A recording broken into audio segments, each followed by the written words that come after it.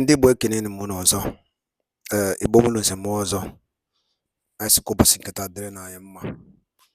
Anyị sịkwa na ife onye chọtara n'ụbọchị nketa na ọ ga-eweta ya. Dịka unu si mara na tata bụ holiday, ụbọchị nke dị nsọ na ndị Igbo na Biafra.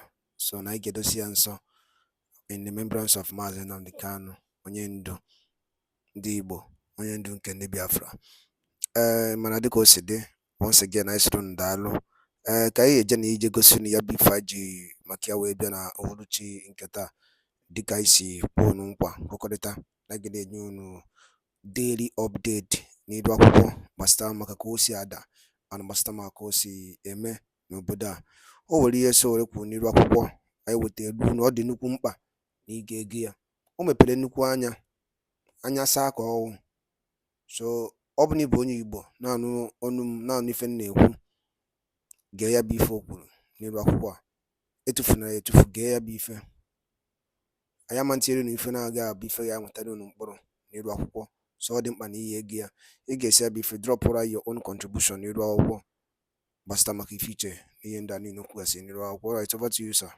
Now, you were in the front line with the hardship protest. I know that you were at the NLC headquarters in Abuja for the 2-day protest, which was, reduced to 1 day. People have criticized that. Also like your thoughts on that. It's not just Nigerians that have criticized the NLC, saying that they are unserious. President Bola Ahmed Tinubu also threw a jab. He was trending over the weekend when he said that, the NLC calling for a four industrial action protest was unacceptable because he was just, 9 months into office. I'd like your thoughts on that. Well, first is to recognize that the NLC has been weakened substantially by his own making, to the point that they reached a point that we say in the Nigerian parlance of see finish. They don't respect them anymore. I told the leadership this, that they have to kind of revive that. People must trust the NSC for them to. Before we went to the streets, people were even saying in front of us, say, very soon you take this into Aso Rock and we won't see you again. And that's what happened. So, and I think that is why Tinubu was confident enough to be throwing jabs at them and saying, you are not the only voice of the people. It's just ridiculing them, because over time also the NLC has done a great damage to his image and credibility as a labor union that fights for the interests of workers.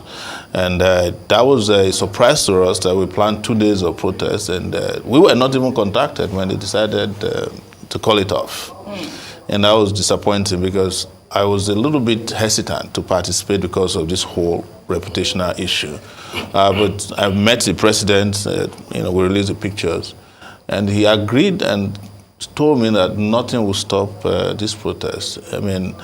But you see, it is just so sad that also civil society on its own has to wait for labor to be able to enter the streets. I think that's what we have to resolve, not to always also opportunistically be waiting for labor. Because the government understands that labor will call off the strike. They understand that they had already had the TUC pull out, and it was left with NLC. And then the minister came and said, this is contempt of court. And Femi Falana said, no, this is not contempt. Anybody can protest against hardship. And if people are facing hardship, workers are on the first line of fire when it comes to hardship. Considering that you are paying them slave wages, they're getting what they call minimum wage, not living wage. Whereas the politicians are getting maximum wage. An average senator is paid 15 million naira a month. An average Nigerian worker is paid 30,000 naira a month.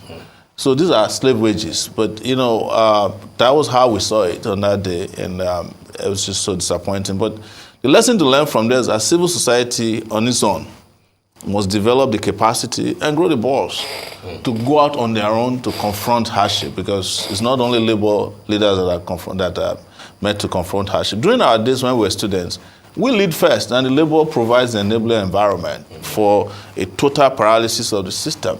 The students are there But if you look at Nigerian students today, they are probably the first to even say that they are not interested in strikes. They go to Aso Rock and come in and out of Aso Rock as if they are members of the Presidential Advisory Group inside Aso Rock. So you need a broad-based coalition involving labor that will take this problem head-on, not only labor. As far as labor is concerned, I'm sorry to say this is the best you can get from them for now. Yeah, but what do you say to NLC's position that they had to call off the strike because of the threats that they got directly from government? Maybe you didn't receive such, but then... Oh, I received. I was told, because the day before the protest, yes, I was in court, at the Federal High Court, to attend to my own legal issues, and I have plenty of those. And then the DSS were there, and they told my lawyer, who was with me, that they have instructions to get me disabled or arrested before the labor, because they had seen me with the labor leaders in a picture that I posted on Twitter, on social media as well. So we knew there were threats. They were calling me and asking me not to come out, that I might get injured, they're going to infiltrate. They didn't hide it. But since when did labor unions or movement become afraid of government? That's what I don't understand. Yeah, that's their job. Their job is to resist the threat. So if you go ahead and harm any labor leader in this country, then you paralyze the country until you find the people responsible. I can understand what Joe Ajero went through Joe Ajero in Imo. In Imo, you understand? Yes. But the truth is that even in Imo, it is their over-reliance on the government that caused it. According to what I learned, the DSS guaranteed his safety, police guaranteed his safety, and then they pulled out and allowed thugs to do what they did to him. I think the labor itself should create a security unit, the labor movement, of workers. When you have the mass behind you, it's always difficult. If I'm a labor leader and I'm going to Imo State and I know there will be threats, there will be over 2,000 people waiting for me in front of the airport. So if you touch me, you have just burnt down the state. I'm sorry, I'm not saying they should burn down the state. I'm saying these are the implications. Let them know the implications of doing something untoward. I mean, a labor leader in Nigeria is not just an ordinary person. During our time, when we were student union, I was president of University of Lagos Student Union. I wasn't even NANS president. You can't touch me. You can ask all the police commissioners in Lagos State. I mean, I was attacked several times, but the students will always be there to resist such attacks and make sure that you are protected because you are leading them and they trust you. So I think there's also some kind of trust issue. There's over-reliance on the security architecture of the state by labor. And it's not only labor leaders. If you go to campuses across Nigeria today, even NANS officials have DSS details. I went to the University of Ibadan. At the gate, they stopped people who wanted to come and listen to me to speak. And that's what they said they have a resident DSS officer at the University of Ibadan. You cannot do that in my days at the University of Lagos. You can't have a resident DSS. You can't even have a DSS person identify publicly. They might be undercover, but you can't identify publicly in our time that you are DSS. I mean, it's not possible. But they have so degraded all this movement. And the movements also contributed to the degradation of themselves through greed and, all this unholy collaboration with state actors in the country. You mentioned NANS. I mean, NANS of blessed memory. NANS of today, NANS of today. The news is that, government even sponsors those who become, look, you cannot, NANS of today is an affiliate of the federal government. NANS leaders of today also travel on presidential jets. They don't even hide it, take pictures and put it on Facebook. Part of the biggest problem this country has faced over time is that those who are supposed to lead this country through liberation are aspiring to become like the oppressors themselves. So the moment you start to envy a government convoy, as a NANS leader, you also want to have a convoy. You want to have a vanity plate that says NANS 001. When we had it in our time, it wasn't registered. We just go and put in OSU 001. But it was to antagonize the state. In our time, if the federal government have an official event at the University of Lagos, if they sing the national anthem of their own, we have our own national anthem. Nigeria will hail it. We'll sing it. As soon as they finish their own, we start our own. It's to antagonize the state as it was. But these days, they have all become part and parcel of the oppressive system because I think they envy the oppressors more than they value their liberation. Let's talk about, this system and what has been on the lips of, a lot of journalists and Nigerians this week, which is this full implementation of the Oronsaye report. Now, I want to know, when it comes to the political will, because we've seen the Tinubu administration come out and say, we are going to merge in some of these agencies, we are going to cut the cost of governance, we're going to make sure we do what is possible to make sure that there is a lean government. As of the time when this report came out 12 years ago, we're looking at a reduction of 220 agencies from the 541. But as it stands now, we have about 1,341. When we look at the body language of this current administration, especially with the timeline of 12 weeks for a full implementation, what are your thoughts on it? I'm not interested in this Oronsaye report. The truth is that if you want to cut down the cost of governance in Nigeria, you cannot be doing it at the MDA levels. It has to be fundamental. That's why I'm opposed to the Nigerian Constitution, the 1999 military-imposed constitution, which is not our own constitution. You want to cut down the cost of governance? Go after serious organs of government. I have proposed that we should have a unicameral legislative system. Only the Senate is enough. Otherwise, all these people that you have in the House of Reps, they are just contractors and extortionist, platforms. They are doing nothing. So that alone will give you an extra 1.2 to 2 trillion naira shaved off of government.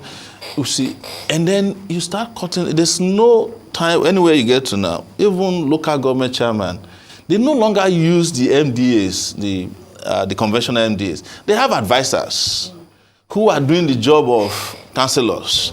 The federal government has special advisors, senior, junior.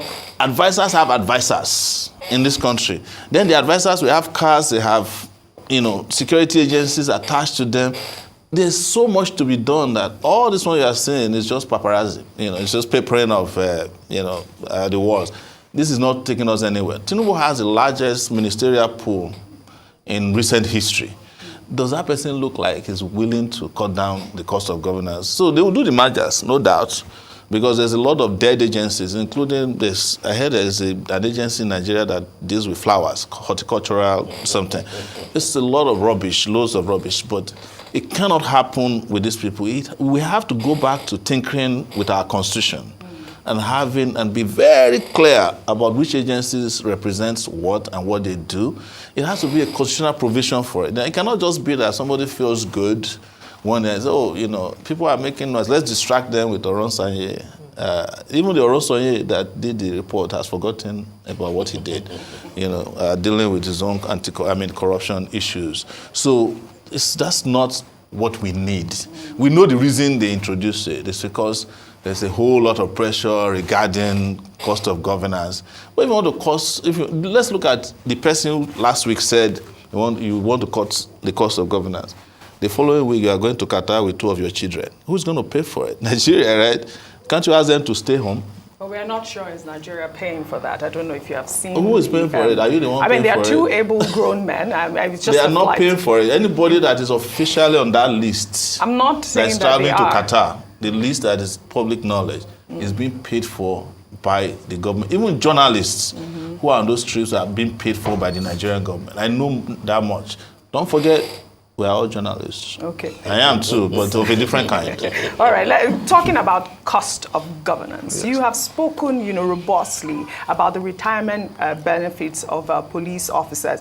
I saw your tweet yesterday where you talked about the fact that it is unacceptable that these people have served 35 years and their, gratuity is about 1.5 million naira. I'd love for you to talk more about that. And that's less than $1,000. Yes, it's less than $1,000. And it's dear to my heart because obviously I'm a daughter of a police officer, retired police commissioner. What is also interesting is that I actually don't like police. Oh, really? Yes.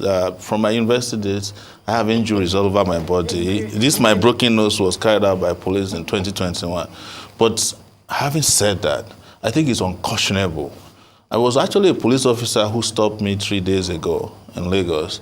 And I thought he wanted to shake me down. You know, when I lowered my my glass, he said, "Oh, Mr. Sowore, I have something to tell you. Do you know that we are being paid 1.5 million naira gratuity?" And I said, that must be some very gratuitous insult of a gratuity. That was what I replied. And I started tweeting right from there. It's very interesting that most people didn't know this. And it's also kind of interesting that the police in this country will protect with their life the people who are underpaying them in the ways that they've said. But you look at, as I mentioned, an average senator is taking home 15 million naira a month. It would take a police officer, do you know how many gratuities of police officers with 1 month's salary of a senator? But you then go back to governors who serve sometimes 4 years in office. And then they have all these allowances and gratuities. You can't even finish counting them. The one in Lagos, Tinubu started it. You have to build him a house in Lagos and in Abuja. You have to build, in fact, the house in Lagos is so luxurious. He was staying there before he moved to Aso Rock. The house Lagos built for him. He's entitled to change of car every 2 years. He's entitled to police, DSS. He's entitled to 100 million naira medical if he goes to medicals in Nigeria. If he goes abroad, the state is responsible for the forex payment for his medicals. All of this is it's close to several billions of naira just to take care of a retired governor who probably already also stole more than enough from contracts and several other things, security votes. And then the policeman who is protecting him after 35 years, an ASP takes home 1.5 million naira, which is less than $1,000 after 35 years. How does he survive? That was what provoked that. And it's very interesting that it became a major conversation on social media. I was surprised by that people were talking about it, even though a lot of people who are even talking about it are the people who fought for the police during NSAS. Yeah. And the police were the ones who also shot at them during NSAS. Like I said, I don't know how many people get beaten up by the police or roughened up by people like me. But in my conscience, I just couldn't take it. That our own police. And now it speaks for all the civil servants, by the way. Teachers are also facing the same thing. Doctors. Everybody who is a civil servant who works with the federal government takes home nothing. But a few of them who are at this highest position take up everything with them. And I think this is also an urgent matter that should be addressed immediately. Immediately. I'm willing to lead the police on a protest, but they said they don't have a right to protest. But I think it's our time they start thinking. This one has to do with their survival. Absolutely, I agree with you. Steve, before you go, okay. I think you did mention something about Mr. Oronsaye's corruption charges. I just wanted to make it clear that the court has, yes. Yes, the court's always clear them, no problem. Yes. Just to make that clear. That's fine. Not that's our fine. stance Yeah. here on our I'm glad to hear that yes. he got cleared and his report is now cleared too. Absolutely. All right. So staying with the issue of the police, and I like the fact that you are knowing your position about them, you are coming out to fight for their welfare and everything. But this is also the same time that practically the entire government machinery at the federal and at the states, is calling for state police, which therefore means that there will be more recruitment, going on. We're under policed anyway, yes. And then you have to bring in more money. But then at the same level of peanuts that has been paid to police officers, and it's not just the police. It's the same thing with the military, with the army. We know what a soldier earns. Even the chief of defense staff said it, himself, that when he goes on the war front, his hardship allowance is just about 50,000 or something. Salaries are between 50 and 60,000 for the lower cadre people. So much so that we saw on video that a soldier, a Nigerian soldier, says that he couldn't afford to leave Borno State war front and transport himself, and back, because that would cost him about 75,000. What are your thoughts on state police, given the low income that is accrued to the current crop now at this moment? if we are going, I totally support state police. You I do? support state police, I support local government police, I support campus police. We need police everywhere for that to cover the whole ambit of where we need to secure in this country. But the crucial issue is what we are raising. If we are doing state police, the first issue we must resolve is how you get them paid and well taken care of. Otherwise, you have just introduced another level of banditry. You know, you can imagine crossing from state to state. You will feel it immediately between the states whose police salaries are paid and the ones who, you get to the point where you can't travel in this country, except maybe we'll introduce drone taxes, but they won't shoot down your drones if they need money from you. So we have to resolve that first. And all these governors that are not even willing to pay 30,000 minimum wage, who are calling for state police, we must be able to understand that in calling for state police, they are not after policing. They are after how to use the state police to oppress their citizens, rig elections, kill whomever is against them. But let's look at it fundamentally even beyond that. There is virtually no state in Nigeria that doesn't have a police under the control of a governor. They may not call it state police, but they always have militias, either they call them hunters, or they add them, sometimes it's a cocktail. A little bit of army, police, they call them operations. These are state police that the governors themselves create to bypass the federal police. So if they have that, why do you support state police? No, see, what state policing does is that it becomes uniform. We can then decide that if you are going to set up a police, this is where you want them trained. They have to be trained appropriately. But we must also discuss their remuneration. Otherwise, if you give guns to people who are not paid, you have just employed armed robbers and kidnappers. Do you think that restructuring, sorry, Shaitan, just one, will fix that, or what Professor Wole Soyinka called decentralization and reconfiguration? Given that this was where we were when we were doing regional governments. So the country has already been restructured. Has it? Yes. It's just the restructuring is not economic. It's restructured in the interest of the powerful. You understand? Every one of them have enough police, they have enough gratuity, their pension is paid in advance. That is the restructuring that Nigeria has. What we need to restructure is how that wealth goes back to the people. That's what has not been restructured. That's why I'm not part of the restructuring debate. Because each time you ask a person who is proposing restructuring, it has to do with a number of things. After they lose election, or they are looking for position, or they are facing some charges, they start talking about restructuring. But when they get to the people that were most vociferous about restructuring some years ago are these APC people. Even El-Rufai, Tinubu, all of them. But now that they got to power, why are they not practicing what they had been preaching? It's because it was all a hoax from the beginning. And if you want to restructure Nigeria, look at the state governors, what they are doing. State governors who don't allow local government to get their allocation, they are shouting restructuring. Restructure the state first and you see development. Yes, most of these state governors don't even conduct local government elections. If they do, by the time we are the polling unit, the worst electoral commissioners in this country are the state constituted electoral commissioners. They are the worst. You can quote me anywhere. INEC is bad, but they make INEC look like the Pope. We went and did Ondo State election with our party. We were still at the voting place when we heard on radio announcement of all the winners as of 12 noon. We had not even started voting at all. So this is why I keep telling people that anybody that is asking for Nigeria to change, to restructure, decentralize, is asking for a revolution.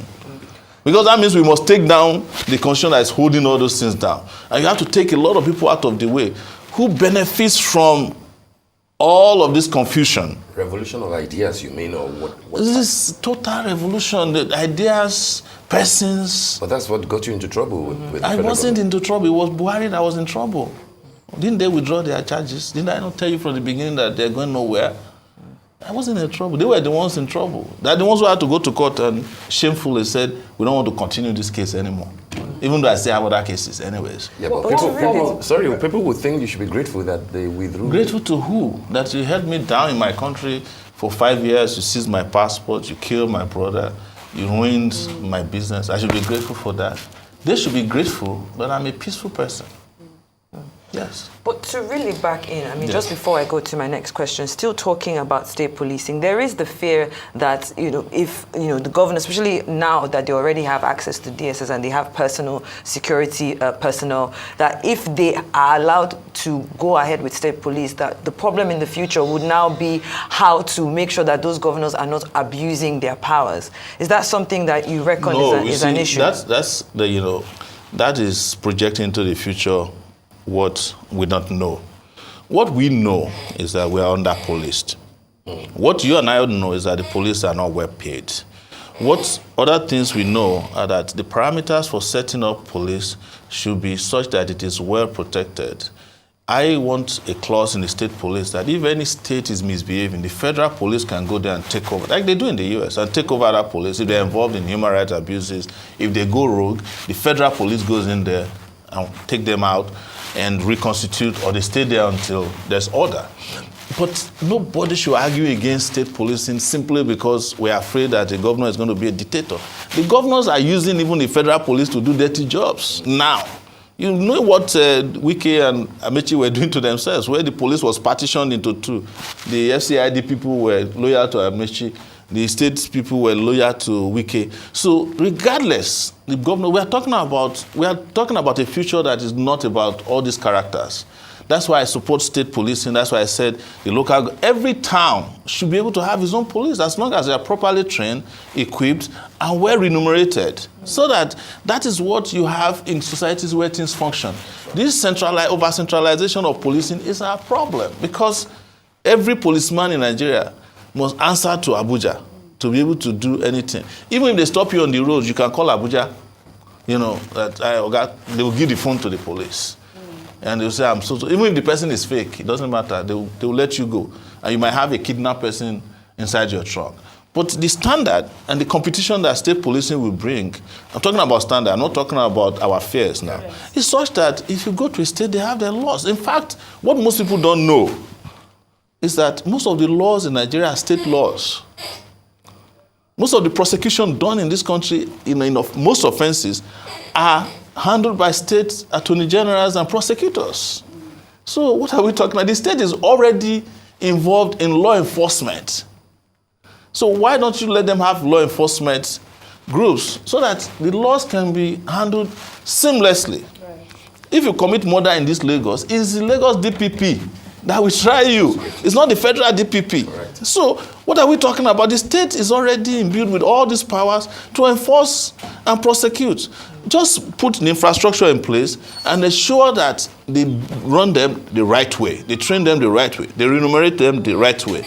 And there are feedback procedures that if anybody's right is abused, you can take them on. So if I'm from Ondo State, I will ensure that if you have a state police, they have a tag that I can read, and to ensure that anybody can videotape the police and upload if they misbehave. So that is the problem. Remuneration is the biggest problem here. That's what we're facing on the table. We talked about state governors that cannot even pay ordinary. They can pay. But why are they not paying? And how do you know that they will pay these state police now? And I feel like it's going to... We're arguing the same thing. Yeah. Yes, they have to. That's why I'm saying we're talking about a future that guarantees all of us safety, security, and dignity. I'm not talking about the conversation on how to budget those funds as well for the state police. I mean, I think that's the big point. But I wanted to go back on the NLC protest because you made mention of the fact that this is all we have. This is all we can get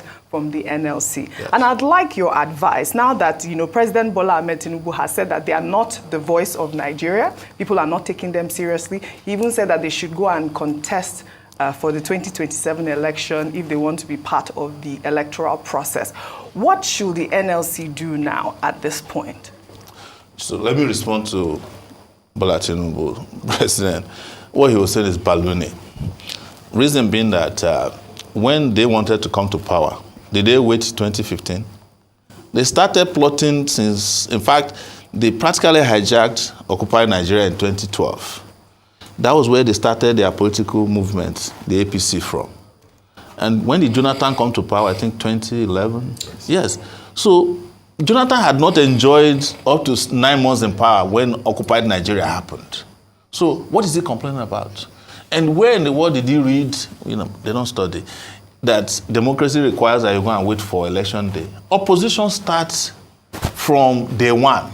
Whatever they are opposed to, they start opposing it, with ideas, physically, they engage in protest. France had over 6 months of protests, I think, in 2022. I think they are still protesting now. This is the home of protest. Exactly. So the US, you go to the US, people are protesting every day. There are people on the streets of US who are protesting against government. Some people go and protest against God. It's their fundamental right. Why would you now say that, the NSC should go and wait for 2027?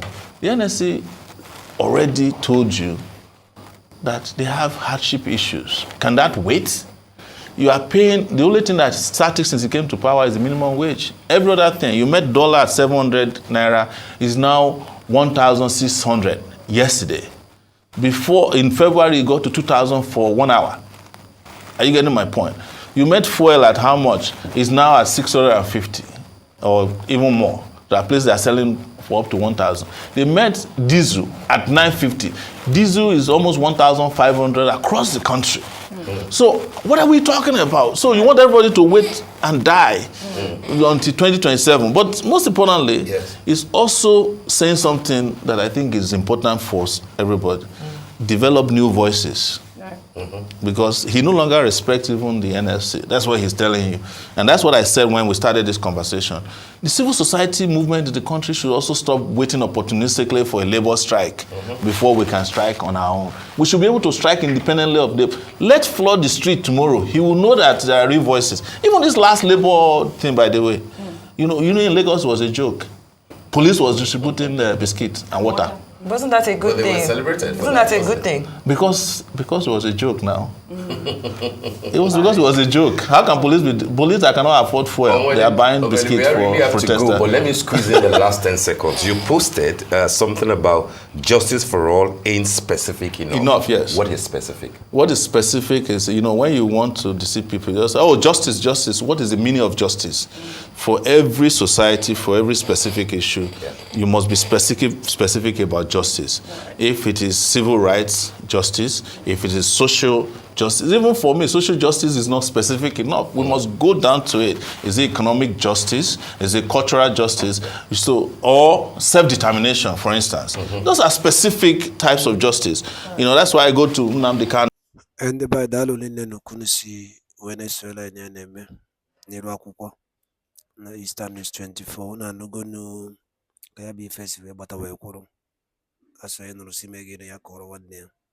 One of na Biafra Prime Minister Kowali Yini Nediko Sowore, Ediki Gaya Bifandam Nigeria, Kiniki Wikiku, Bastama Kinda Nine, Otagasiaka Tichiche, Ninwakuko, Bastamaka some questions Sana Jaya, and Bastamaka goes where Zakwane, Kowasian and the mother, no mas Nanekano Kabulida of indigenous people of Biafra. So give you the Kiku Bastamaka Bife, drop Araya on the commission below. Azadi Kibi Abuchitani Yabu Eastern News 24.